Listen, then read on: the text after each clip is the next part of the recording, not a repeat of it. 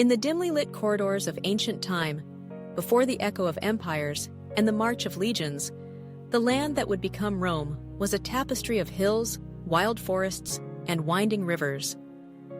The story of Rome's origins is not merely a chapter in history, but a grand tapestry woven from myth and legend, fact and speculation, memory and imagination. To understand how Rome began, we must journey back to a world where gods mingled with mortals, where heroes forged destinies, and where the line between what was believed and what was true blurred in the mist of time. The tale begins, as so many Roman tales do, not in Rome itself, but in the smoldering ruins of Troy. According to Roman myth, after the Greeks brought down the great city with their cunning wooden horse, a Trojan prince named Aeneas escaped the conflagration. Guided by the gods and burdened with the fate of his people, Aeneas sailed across the Mediterranean in search of a new home. His journey was fraught with peril, storms sent by vengeful deities, tragic losses, and the temptations of foreign queens. Yet Aeneas pressed on, carrying with him the sacred fire of Troy and the hopes of a people in exile. After years of wandering, Aeneas reached the shores of Italy. There, he and his followers settled, intermingling with the local peoples, forging alliances, and overcoming obstacles with courage and guile. It is said that the gods themselves had decreed this destiny, that from the bloodline of Aeneas, a new city would rise, one greater even than Troy. This mythic tale, immortalized centuries later by the poet Virgil in his epic The Aeneid, provided the Romans with a noble ancestry, linking their origins to the world of Homeric heroes and divine prophecy. But the legend does not end with Aeneas. Generations passed, and his descendants became kings of Alba Longa, a city nestled in the Alban Hills southeast of where Rome would one day stand. Among these kings was Numitor, whose brother Amulius usurped the throne and sought to eliminate all rivals. Fearing a challenge to his power, Amulius forced Numitor's daughter, Rhea Silvia, to become a Vestal virgin sworn to a life of chastity. But the gods, as the Romans believed, had other plans. Mars, the god of war, visited Rhea Silvia, and from their union were born twin boys, Romulus and Remus. Fearing the threat they pose, Amulius ordered the infants to be cast into the Tiber River. Fate intervened, however, and the basket carrying the twins washed ashore at the foot of the Palatine Hill. There, a she-wolf discovered the helpless infants and nursed them, her wild strength sustaining their lives until a shepherd named Faustulus found them and took them in. As the boys grew, so too did their strength and ambition. Learning of their true heritage, Romulus and Remus overthrew Amulius, restoring their grandfather Numitor to the throne of Alba Longa. Yet their destiny lay elsewhere. Fired by visions of greatness, the twins set out to found a new city on the banks of the Tiber. But even legends are not free from tragedy and conflict. A bitter dispute arose between the brothers over the site and leadership of the new settlement. In the end, Romulus struck down Remus in a fit of rage, becoming the first king of the city he would name after himself, Rome. Such is the mythic origin of Rome, a tale of gods and mortals, destiny and fratricide. But what of the reality behind the legend?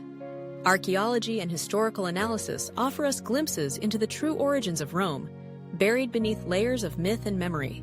Long before Romulus and Remus entered the imagination of poets, the region that would become Rome was inhabited by small, scattered communities. The land of Latium, home to the Latins, was a patchwork of villages and tribal groups.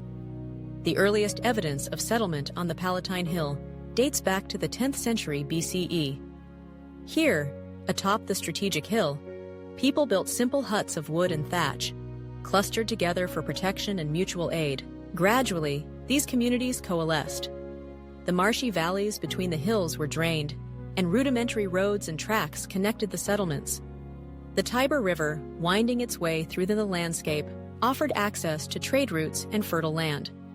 Over time, the villages merged into a single community, bound together by shared rituals, markets, and defenses. By the 8th century BCE, this nascent city began to take shape, a cluster of huts that would one day become the heart of an empire. Yet Rome did not emerge in isolation. The Latin tribes of the region interacted with neighboring peoples, the Etruscans to the north, the Sabines and Samnites to the east, the Greek colonies to the south. From the Etruscans, Rome borrowed much: the use of the arch in architecture, religious rituals, and even elements of kingship. The Greeks introduced writing, art, and new gods. In this crucible of cultures, Rome forged its own identity, blending and adapting what it found useful, discarding what it did not. The early Romans were a pragmatic people, as keen to learn from others as they were to assert their own traditions. Their society was organized around clans, or gentes, each led by a patriarch. The king, or rex, was both a military leader and a religious figure, presiding over the rites that bound the community together. Law and custom were paramount. The Romans were already developing the respect for order and discipline that would later characterize their civilization. As Rome grew, so too did its ambitions. The city's location was ideal, not only for defense, but also for trade. It stood at the crossroads of important routes, linking the interior of Italy with the coast. The river provided access to the Mediterranean, while the surrounding hills offered natural fortification.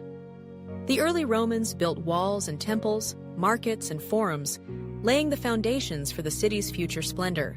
In time, the monarchy gave way to a new form of government, the Republic.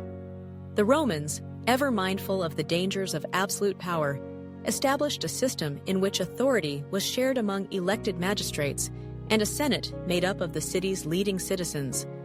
This transition, too, was embellished with legend. The last king, Tarquin the Proud, was said to have been driven out in a popular uprising after his son's crime against the noblewoman Lucretia. The expulsion of the Tarquins marked the beginning of the Roman Republic, a new era in which the people, at least the male citizens, would have a voice in their own governance.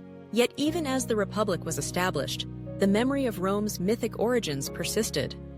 The stories of Aeneas, Romulus, and Remus were told and retold, serving as both inspiration and warning. They reminded Romans of their divine ancestry and the perils of discord. The she-wolf nursing the twins became a symbol of the city's strength and resilience, a wild, untamed spirit that could not be subdued. As centuries passed, Rome's power grew. The small settlement on the Palatine expanded to envelop the neighboring hills. Conquest and alliance brought new peoples under Roman rule. The city became a melting pot, a place where diverse cultures and traditions mingled. The Roman Forum buzzed with life. Merchants hawked their wares, senators debated policy, priests offered sacrifices to the gods. But through it all, the Romans held fast to the stories of their beginnings. These myths were more than just tales. They were the glue that bound the community together, providing a sense of purpose and shared destiny. When Roman generals marched into battle, they called upon Aeneas and Mars for protection. When senators debated the laws of the Republic, they invoked the wisdom of the city's founders. The past was always present, a guiding star in times of crisis and triumph alike. As Rome's influence spread across Italy and beyond, its origin myths took on new significance. In the days of the empire, poets and historians sought to reconcile legend with fact, weaving together the threads of myth and history. Virgil's Aeneid was both a celebration of Rome's divine ancestry and a justification for its dominance. Livy, the great historian, chronicled the early days of Rome, blending fact and fable with skillful narrative. For the Romans, history was not just a record of the past, but a tool for shaping the future. Today, as we walk the ruins of the Roman Forum or gaze at the remnants of the Palatine Hill, we are reminded of the city's extraordinary journey. From humble beginnings, a cluster of huts on a hill, a tale of twins and a she-wolf, Rome rose to become the greatest city of the ancient world. Its origins, shrouded in legend and mystery, speak to the enduring power of myth to shape our understanding of who we are and where we come from. The story of Rome's beginnings is not just the story of a city, but of an idea. The belief that from chaos and adversity, greatness can emerge. That the past, however distant or uncertain, can inspire the present. And that even in the most unlikely of places, the seeds of empire can take root and flourish. For in the end, the origins of Rome remind us that history is not merely a collection of facts, but a living tradition, one that continues to shape our world today.